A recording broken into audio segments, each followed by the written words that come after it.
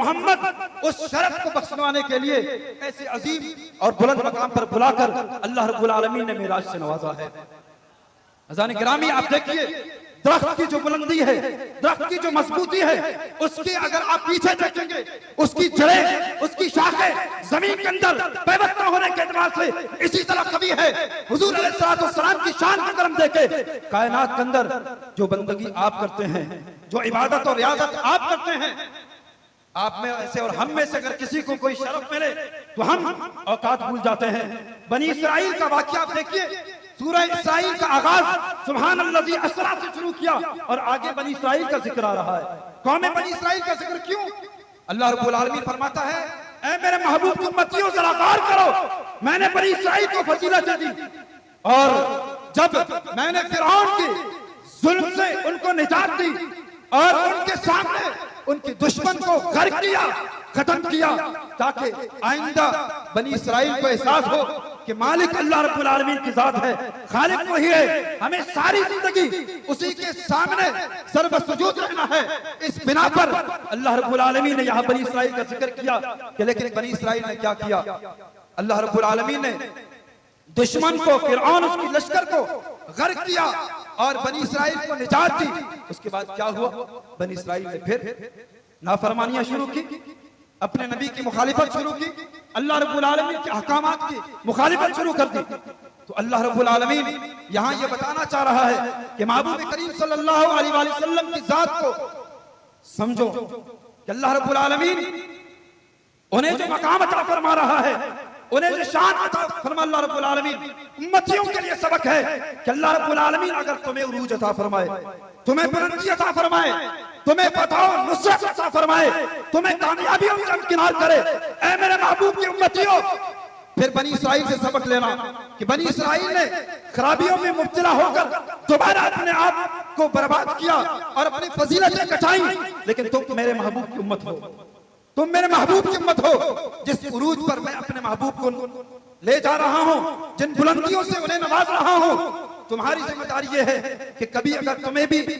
ये बिशारतें मिले, तुम्हें फजीलतें मुयस्सर हो, रब तुम्हें कामयाबी अता करे, तुम्हें पता नुसरत अता करे, फिर हमेशा अपने रब की बारगाह में सर्वसुजूद रहना, अपने महबूब की इत्तिबा करते रहना, कभी इस रास्ते से भटकना नहीं, कभी उनका दामन छोड़ना नहीं। इसीलिए महबूब करीम सल्लल्लाहु अलैहि वसल्लम इस अजीम मेराज पर गए। मैं मिसाल दे रहा था कि दरख्त जिस कदर बुलंद और उरूज पर और अपने जात पे तनावुर दरख्त जब बन जाता है, उसकी जड़ों की तरफ भी तवज्जो हो, उसकी जड़ें भी इसी कदर जमीन में पैवस्ता है। महबूब करीम सल्लल्लाहु अलैहि वसल्लम की जात देखिए, जब अल्लाह रब्बुल आलमीन आपको मेराज पर बुला रहा है, अजीम सफर पर आपको ले जा रहा है, इधर जमीन पर देखिए कि महबूब करीम सल्लल्लाहु अलैहि वसल्लम बंदगी का हक किस कदर अदा करते हैं। वो मक्की जिंदगी के आखिरी अय्याम है, मेरे महबूब करीम सल्लल्लाहु अलैहि वसल्लम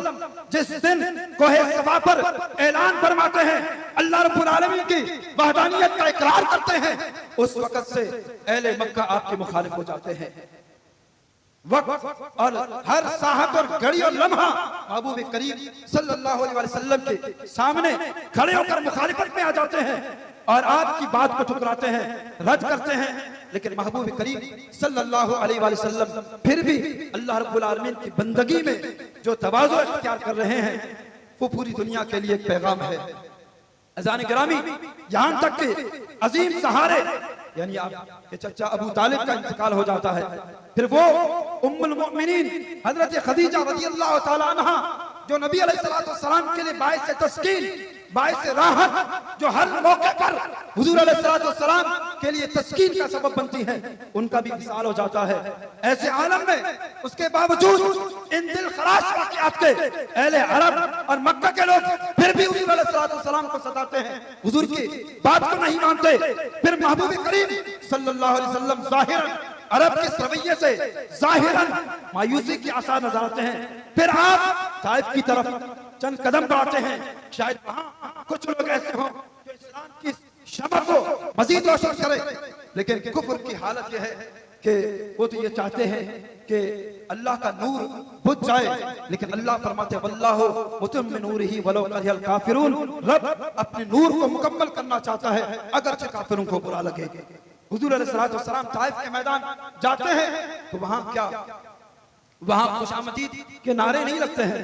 ताइफ के मैदान में मेरे आका जाते हैं तो वहां मरहबा के नारे नहीं होते हैं, वहां मुखालिफीन है और वो जुल्म इस कदर करते हैं कि दुनिया के अंदर कायनात में सबसे अजीम हस्ती की तरफ पत्थर बरसाते हैं, पत्थर फेंकते हैं, ईज़ाएं और तकालीफ पहुंचाते हैं। ऐसे आलम में महबूब करीम की जबान पर जो दुआएं निकलती है, अल्लाहुम्मा हदी कौम सकीफ फइन्नहुम ला यालमून, ऐ मेरे रब कौम सकीफ को हिदायत दे के मुझे नहीं जानते हैं। अज़ान गिरामी, इस आलम में भी जब हुजूर अलैहि सलातो व सलाम